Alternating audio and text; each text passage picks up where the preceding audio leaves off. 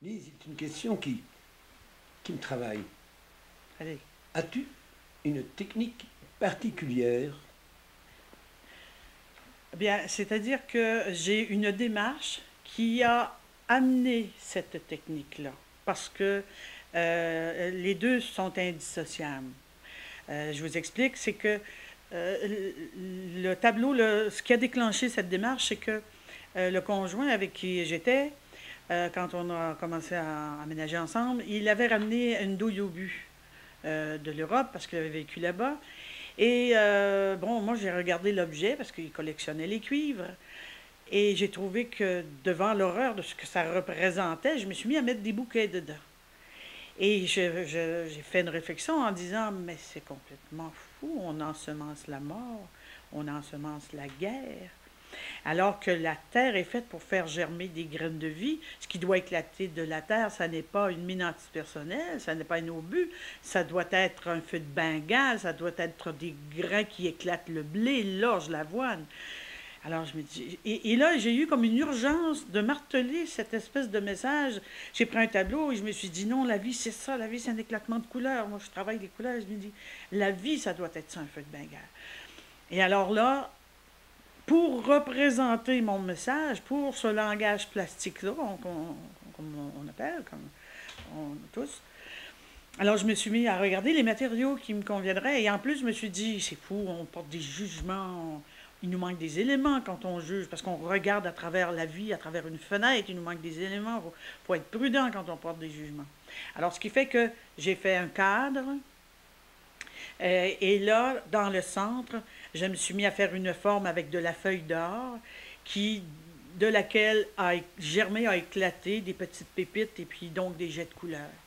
Ce qui fait que là, j'ai voulu avoir, bon, j'ai travaillé la couleur et à un moment donné, le sujet est devenu comme secondaire à une recherche chromatique.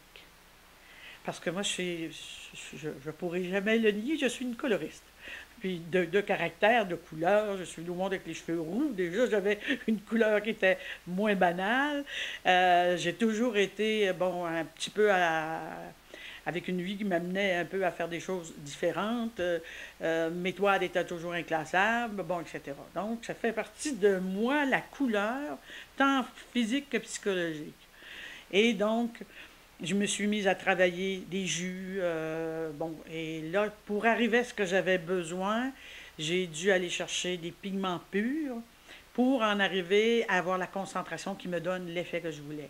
Et là, j'ai découvert, bon, je courais les quincailleries, j'allais, parce que dans les magasins de matériel d'art, ben là, c'était surtout des tubes, hein, et des pots.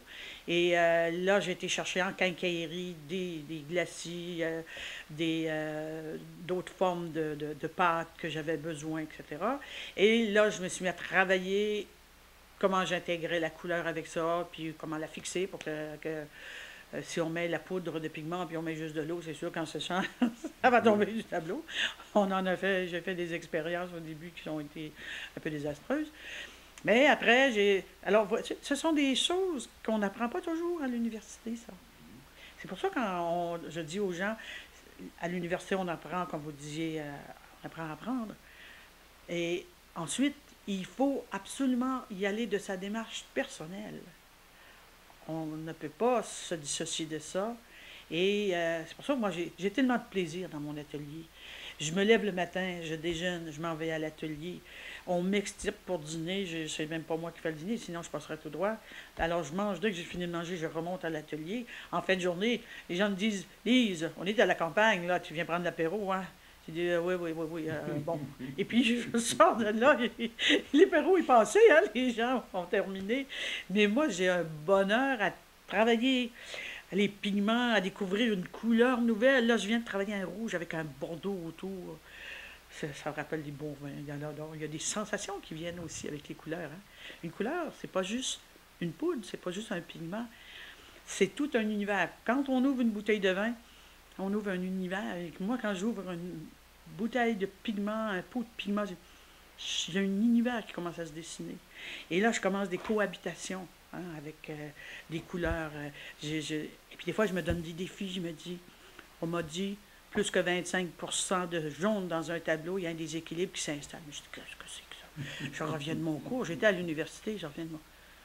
Mais j'ai dit, non, non, non, c'est pas possible. Il faut que j'exploite de mettre plus que 25 dans un tableau. Je vais l'équilibrer avec autre chose. Alors, ce sont toujours des occasions qui provoquent chez moi le goût d'une recherche. Et c'est pour ça que j'ai une technique là qui ne peut pas être dissociée de la pensée qui l'a provoquée. Si j'ai une autre période, je ne sais pas qu'est-ce que j'aurai comme matériau. Tu es très bien représenté sur le marché de l'art, je crois. Oui, oui, oui. Oui, je suis parmi les, disons, privilégiés qui peuvent dire que ma peinture se porte bien. Sur le marché, j'ai beaucoup de reconnaissance à ce niveau-là aussi. Ça, je suis très contente. Parce que l'artiste a besoin de vendre aussi pour s'acheter du matériel. Hein, moi, je me dis toujours, il y a toutes sortes de préjugés. Quand on vend, on dit qu'on est commercial. Mais oui, mais l'œuvre ici, dans mon atelier, c'est une œuvre d'art. Rendue chez le collectionneur, c'est une œuvre d'art. Mais entre les deux, il y a la loi du commerce qui s'installe. Alors, il faut que quelqu'un s'en occupe. Et c'est un galériste. Hein, il faut que les gens apprennent à respecter cette partie-là et ne pas voir les galeristes comme des exploiteurs de gens, mais comme ceux qui font le pont entre l'artiste et le collectionneur. Un intermédiaire est absolument nécessaire pour faire connaître de toute façon Tout à fait. auprès du grand public. Tout à fait. Une dernière question. Oui. Ton futur. Qu'est-ce que tu envisages au point de vue pictural pour le futur? As-tu une idée précise où tu vas à l'aventure? Moi, je vais à l'aventure. Je n'ai jamais voulu me poser des balises parce que j'ai même suivi un cours d'hypnose pour me mettre en état de pré-hypnose, pour me dégager, pour être capable de dire oui à ce qui vient. Parce que moi, je considère que je suis la main qui tient le pinceau, ou la spatule, la truelle, ce que vous voulez. Et le reste, ça vient de mon subconscient, ça vient de ce que j'ai emmagasiné, ça vient de tout mon vécu, ça vient de mes goûts, bon, ça vient d'une foule de choses. Et j'ai pas envie de me bloquer à tout ce qui peut surgir de mon vécu. J'ai fait de l'abstrait, de la figuration, j'ai fait du portrait. Là, maintenant, je fais ce qu'on m'a dit que c'était du minimalisme contemporain. Pour moi, c'est difficile de juger. Ça part d'un éclatement, comme la vie doit être, un feu de Bengale, un peu comme la fleur au bout du fusil. Et demain, est-ce que ce sera encore de cette production? Je ne sais pas. Est-ce que ce sera autre chose? Je ne sais pas.